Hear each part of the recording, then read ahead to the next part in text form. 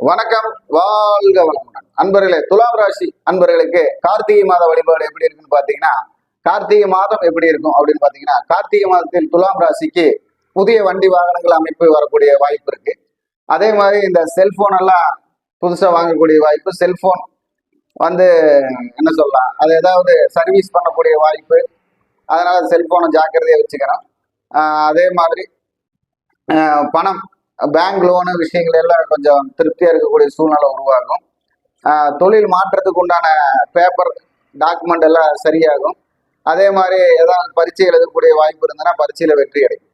இவங்களுக்கு என்னன்னு பாத்தீங்கன்னா, இருந்தேன் எழுந்தேன் ஆனால் ஒன்றும் தெரியவில்லை அப்படிங்கிற மாதிரி இருக்கும். இருந்தேன் எழுந்தேன் ஆனால் ஒன்றும் தெரியவில்லை அப்படிங்கிற மாதிரி. அப்போ இவங்களுடைய வழிபாடு பாத்தீங்கன்னா,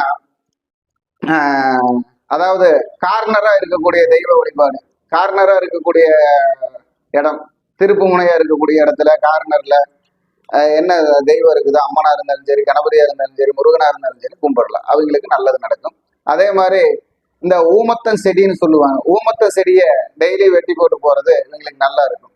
வணக்கம், வாழ்க வளமுடன்.